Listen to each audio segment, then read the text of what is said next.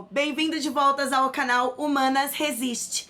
Eu sou a Bruna, professora de Sociologia, e hoje a gente vai dar início a uma série de vídeos sobre as 4 áreas do conhecimento que compõem as ciências humanas. Nós vamos passar pela História, Geografia, Sociologia e Filosofia. Na realidade, a gente vai começar pela mais antiga delas, que é a Filosofia. Mas aí me ocorreu uma dúvida. Lenina, a filosofia é uma ciência? Excelente pergunta, Bruna. Ser ou não ser? Eu acho muito difícil a gente conseguir responder agora. Então, acho bom acompanhar o nosso canal, que aí você vai entendendo aos poucos, né? Porque ciência é um conceito moderno. Vai surgir só mais recente, enquanto a filosofia existe há muito tempo. E para eu explicar um pouco sobre o surgimento dela, preciso entender o contexto histórico que possibilitou isso, que foi lá na Grécia. Então, antes de eu continuar, vou passar para o Ju e para a Natália, que vão falar um pouco sobre a Grécia. E aí a gente volta. Bom, falar da Grécia Antiga, da formação do povo grego, por Zeus. Falar da Grécia Antiga é falar de uma civilização ao mesmo tempo magnífica e complexa. Magnífica em que sentido? A sociedade ocidental carrega em si uma bagagem cultural gigantesca desse mundo grego. A política, a cultura, a filosofia. Nós devemos muito ao mundo grego. E complexa em que sentido? Quando eu analiso esse universo da Grécia Antiga, ali aproximadamente na sua formação, 2000 anos antes de Cristo, eu preciso entender que eu não estou falando de um povo unificado. Não estou falando de um povo único. Eu estou falando de grupos étnicos. Nesse período ali, aproximadamente 2000 anos antes de Cristo, nós temos a formação ali, nós temos a migração de povos, os aqueus, os eólios, os jônios, logo depois os dórios, que era considerado um povo guerreiro, que deram origem também à sociedade espartana posteriormente. Nós temos esses povos ali tentando se estabelecer na Hélade. E quando nós percebemos essa complexidade, quem estudou um pouquinho desse universo grego, esse fantástico universo grego, lembra lá, vai ter uma noção, por exemplo, daquela competição típica dos espartanos e dos atenienses que existia nesse mundo antigo. Então, só para a gente entender um pouquinho dessa complexidade do mundo grego, eu não posso unificá-los em um povo. Eles tinham a mesma língua, eles praticavam a mesma religião.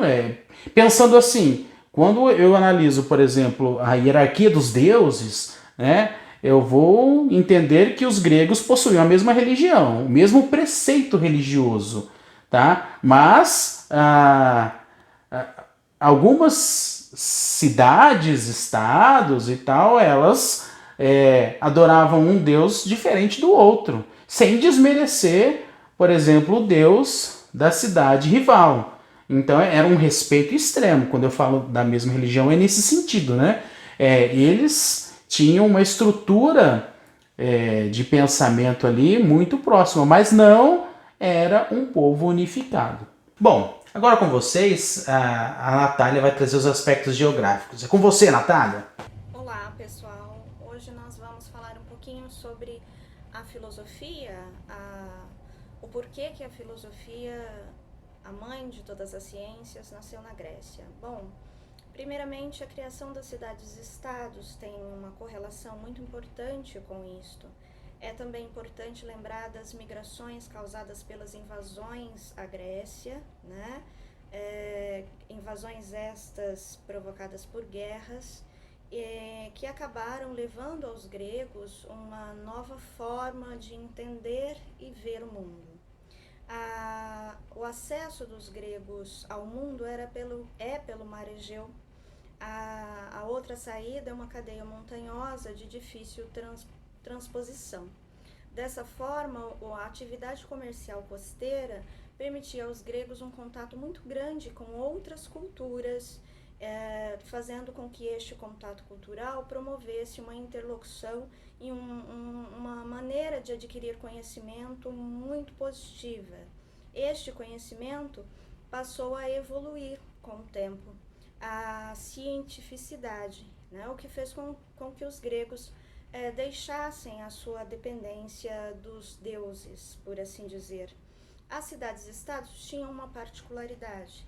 Nas praças destas cidades eram feitas reuniões em que os homens livres poderiam se reunir para discutir, para conversar e para trocar conhecimento. Assim sendo, o campo foi muito fértil para o desenvolvimento da ciência. Gente, eu estou em pé para falar com vocês porque eu quero fazer mais ou menos igual os filósofos faziam na Grécia, conversar com as pessoas. Só não estou na praça, porque aí não tenho material suficiente para isso em relação à câmera, áudio, microfone, mas finge que isso aqui é a ágora, é a praça pública e nós vamos agora poder fazer a reflexão sobre esses primeiros filósofos.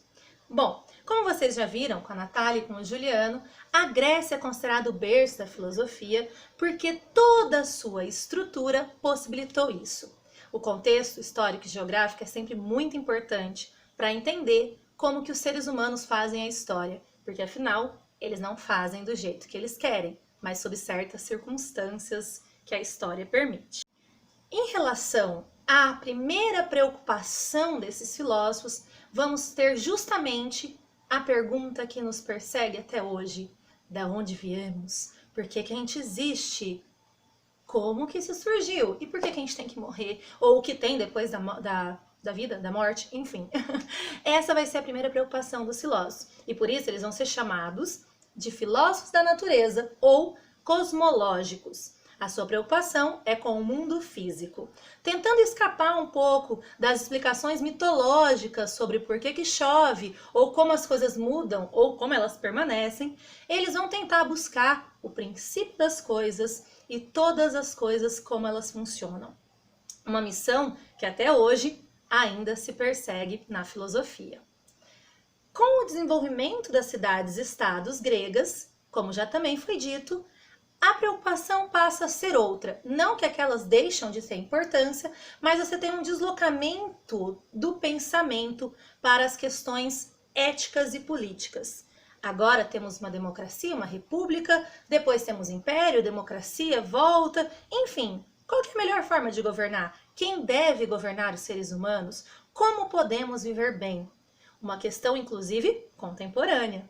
Esses filósofos vai ter na figura de o seu grande divisor da filosofia, Sócrates. Os filósofos que ficaram preocupados em pensar a natureza e o mundo físico vão ser chamados agora de pré-socráticos. E os filósofos preocupados com a questão ética, principalmente Sócrates e seu discípulo Platão, vão ser os socráticos. Essa preocupação com a vida humana, com a melhor forma de viver, é uma preocupação que a gente tem até hoje. E por isso a filosofia continua sendo, até hoje, fundamental. Ela ajuda a explicar a nossa vida. Aliás, humanas existe porque nós precisamos dessa preocupação. Siga nosso canal para nas próximas a gente poder explicar mais sobre cada um desses autores. A gente espera você. Para despertar o mundo tem que ter curiosidade. Abraço do José.